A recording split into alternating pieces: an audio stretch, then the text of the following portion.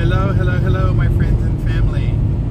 We are starting out our week today. It is Sunday, April the 18th, about 10:25 a.m., about 60 miles outside of Tucson.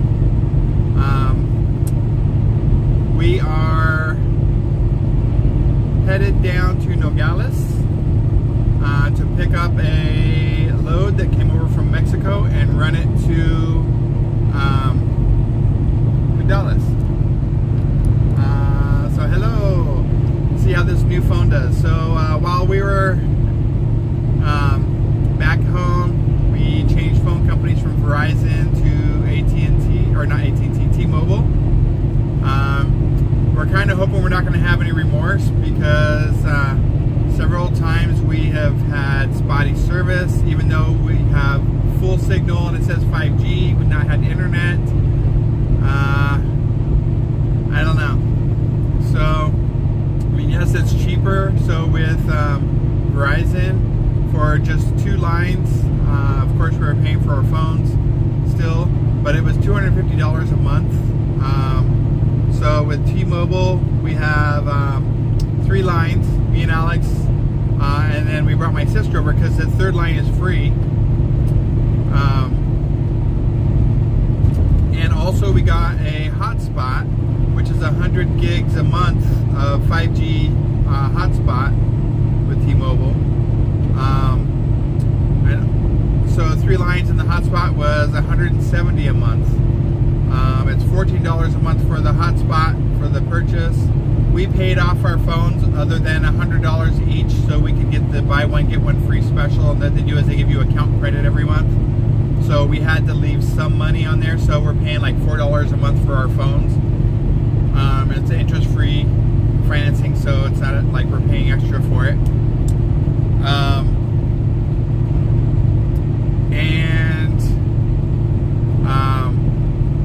Then my sister financed her phone, so she's paying that part of it. And then of course we got the insurance, and the insurance is kind of expensive. With the insurance with Verizon, it was I think 12 or 14 a month.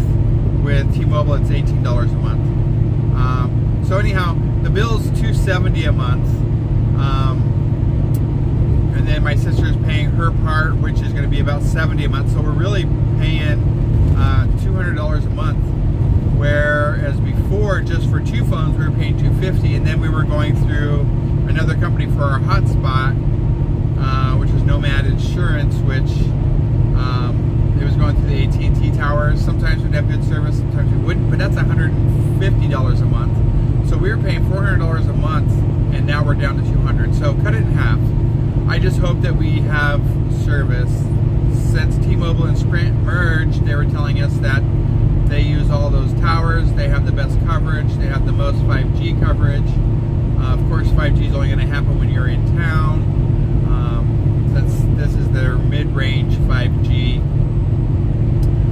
which is fine, I get that, but we should still be getting, you know, the regular, what is it, the LTE or the 4G or 3G, whatever. I don't know what the one is. We should still be getting that when we're out of the city. So hopefully all that works out well and there's no buyer's remorse. We ended up getting the Samsung S21 5G Ultras, which were pretty nice. And I moved away from my Note because I almost got the Note, the Note 20 Ultra. But I went ahead and went with this one because of the special, and also on this one you can use the S Pen. So we actually bought a case for this phone that comes with the S Pen, so I can still use my S Pen, which I use a lot when I'm doing stuff for work, like writing down trailer numbers, writing down load numbers, stuff like that. It's super simple because I just pull the pen off and I can write right on the screen instead of trying to find pen and paper or whatever.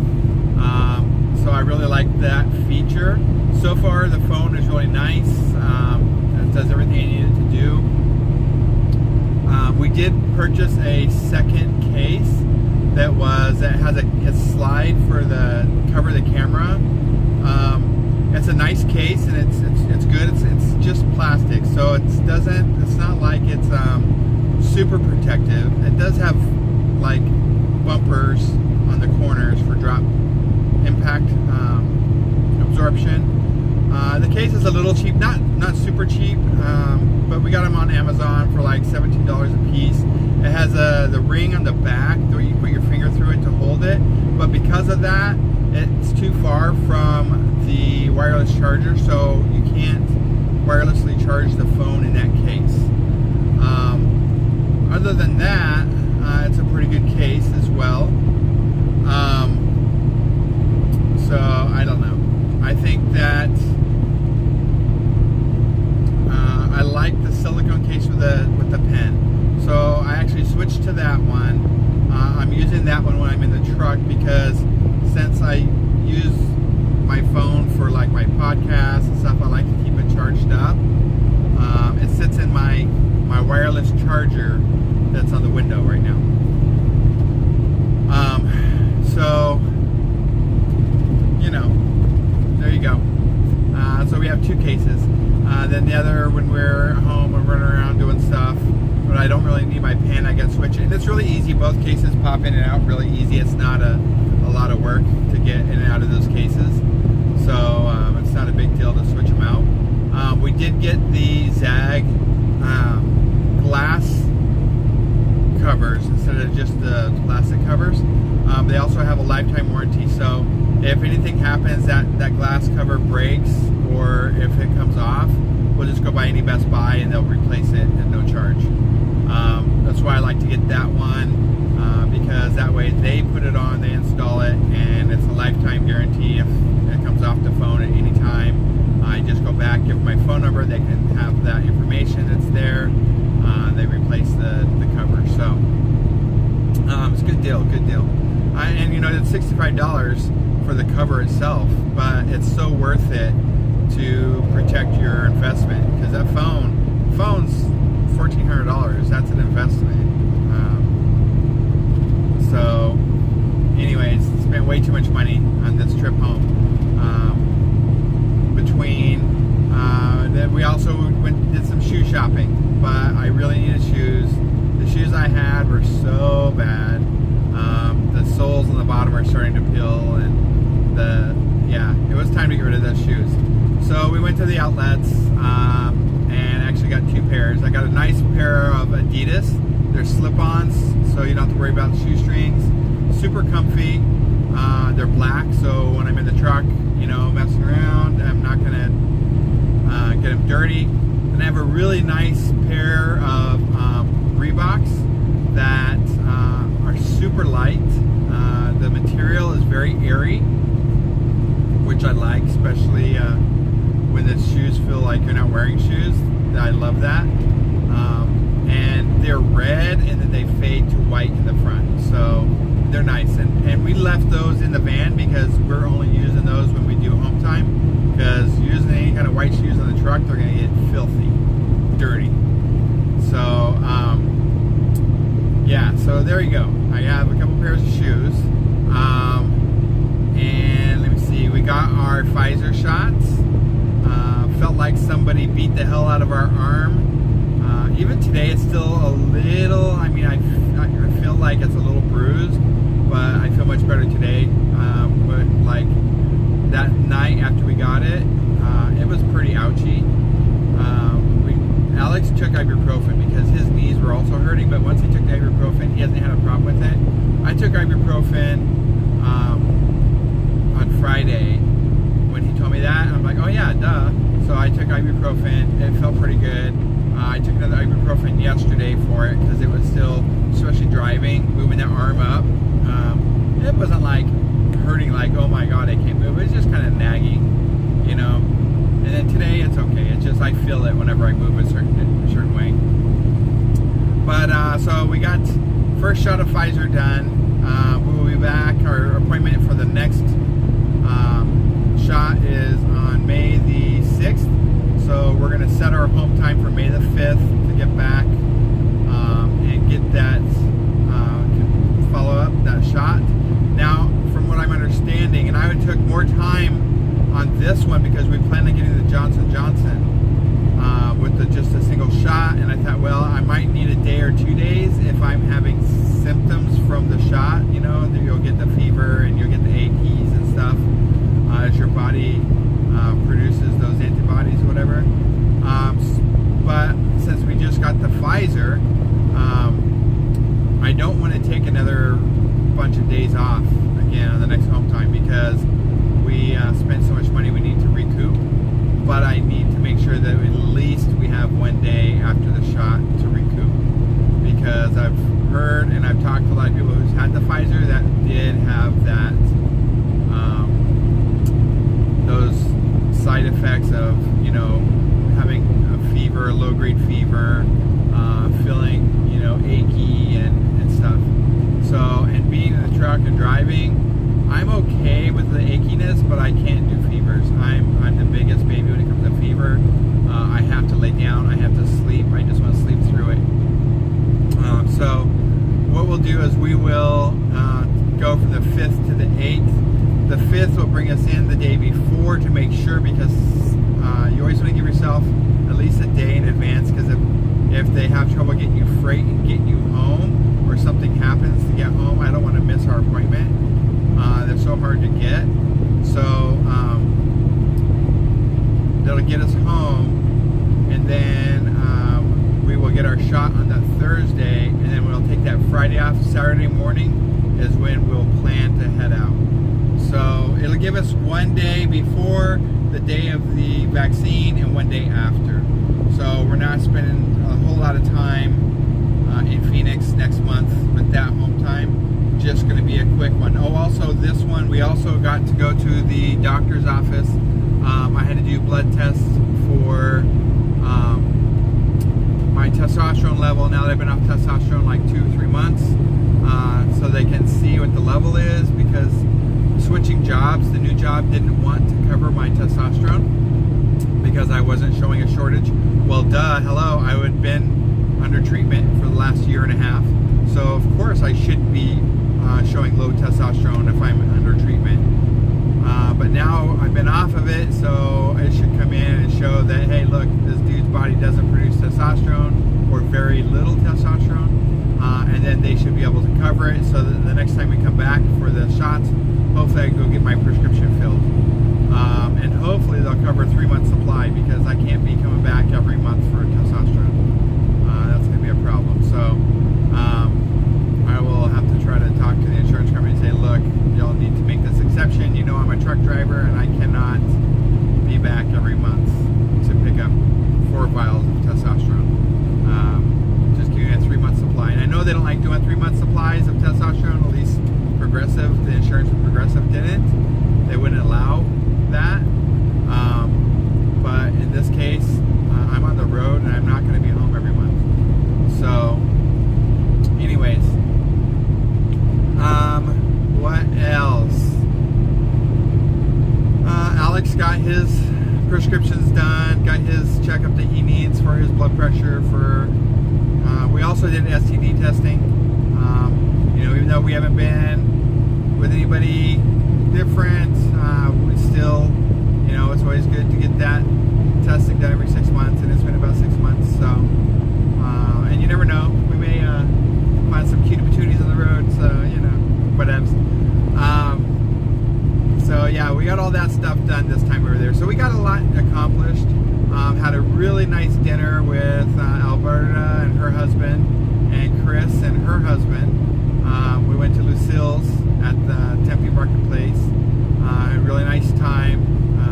Finally good to be able to spend a little time with some folks. It was a great time. And then Chris and her husband Ashley and Alex and I walked over to the Tempe Marketplace where they had live music. They was doing like a 50s night, and we sat there for like, or stood there for like maybe 20-30 minutes, just, you know, watching the people dance and you know, talk and listen to music a little bit, and then we all left. So, but it was beautiful. It was nice weather. It was not too hot. It wasn't too cold. It was nice. So we really enjoyed ourselves. We didn't get out to do any shopping for trucks or RVs. I'm just very hesitant with that because, man, that's a big commitment to go and throw down that kind of money. If I was getting rid of both the car and the van just for the truck, I would say sure, that's okay, because that would be the same payment that we're making for both vehicles right now. But since my sister's using the car and the car is almost paid off, the car has got like $3,500. I really should just pay it off, but I want to keep it because of the credit. Because when you close an account, it actually hurts your credit. So, but the van, I still owe $14,000 on the van. So to try to trade the van in, what they're going to do is they're going to tack that onto my loan, and I'm not all about that. So I want to keep the van. Plus, it's nice to have the van, and then have the truck. And then if we get an RV, we've pretty much decided we're going to get a used RV, so that you know, I'm not going to pay $60,000, $70,000, $80,000 for an RV that we're going to use maybe once a month. Yeah, I don't know. I really want to save my money and buy a house.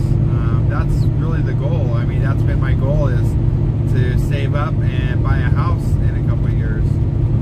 So, I don't know. We'll see. We shall see how this is going to play out. If I can get a really good deal and make it affordable and it makes sense, we may do it. But I worked really hard to get out of debt. The only debt that I have is my student loans, which are under $20,000. Actually, it's under $15,000, almost under $10,000, truthfully. And probably will be under $2,000 within the next couple months after making these next couple payments. Are under $10,000. Yeah, I think it's at $10,000. And then the two cars. That's my debt. Alex has no debt. So we use the credit cards, and then we pay the credit cards off as soon as it hits where it shows that we have a balance. We pay it off. We do that to continue to use the cards. Plus, it's just easier to use the cards with then having to stop and say, oh, what's in the bank, or where do I have to transfer this to this, or whatever. It's just easier to just use one card. This is what we're using for food. And then when we stop for home time, we use a different one because it's a little bit bigger balance. We use that for everything. And then I just, as it comes up, I pay it off. That way our credit utilization stays low. It goes between 1% and 6%, depending on if I can get it paid, if I can get that payment to hit before the statement balance time. So it really helps the credit out quite a bit.